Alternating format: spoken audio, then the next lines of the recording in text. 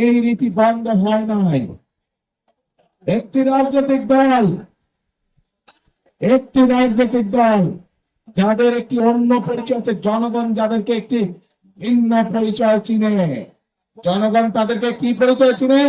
গুপ্ত পরিচয় চিনে, গুপ্ত পরিচয়। আপনারা চিনেন কারা যারা গুপ্ত? বাংলাদেশের রাজনীতিতে কারা সেই গুপ্ত? চেনেন আপনারা? আলহামদুলিল্লাহ। কেউ ভাই বোনেরা, বর্তমানে বাংলাদেশে এক নতুন জালেমের আবির্ভাব হয়েছে। এই গুপ্ত সংগঠনের ব্যক্তিরা নতুন জালেম রূপে আবির্ভূত হয়েছে বাংলাদেশের মানুষের কাছে। কেন? ভাই বোনেরা, এই বাংলাদেশে আবেদন কাল ধরে, শত হাজার বছর ধরে এই বাংলাদেশে নারী পুরুষ সকলে মিলে মাঠে কাজ করে।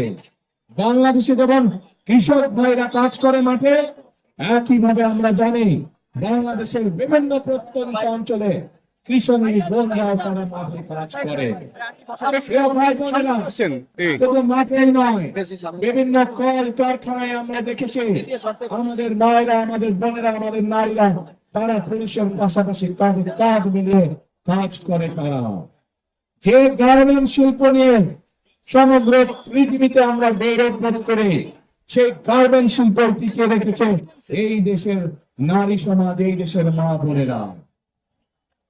ভাই বোনেরা, আজ আমরা অত্যন্ত কষ্টের সাথে দেখছি, অত্যন্ত ঘৃণার সাথে দেখছি এই যে নতুন জালেম, যাদেরকে মানুষ গুপ্ত হিসাবে চিনে, এই জালেমদের নেতা সে 2 দিন আগে প্রকাশ্যে বলেছে বাংলাদেশের নারীদেরকে সে একটি অত্যন্ত কলঙ্কিত শব্দ দিয়ে ব্যবহার করেছে।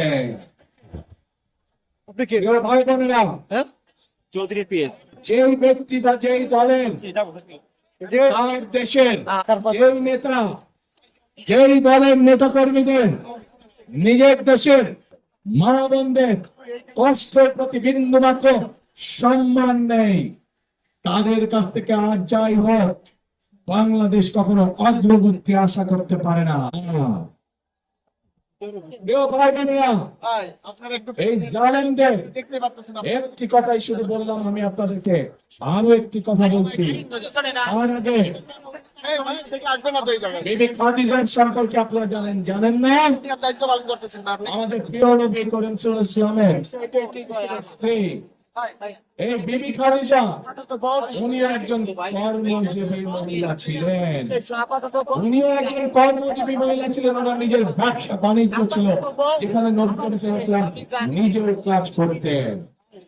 প্রিয় ভাই বোনেরা, এরা বলে ইসলামের রাজনীতি করে, অথচ নবীর স্ত্রী নিজে যেখানে একজন কর্মজীবী মহিলা ছিলেন, সেখানে কেমন করে একটি রাজনৈতিক দলের নেতা এবং কেমন করে সেই রাজনৈতিক দলটি বাংলাদেশের নারী সমাজকে এমন একটি কলঙ্কিত শব্দ জর্জরিত করলো।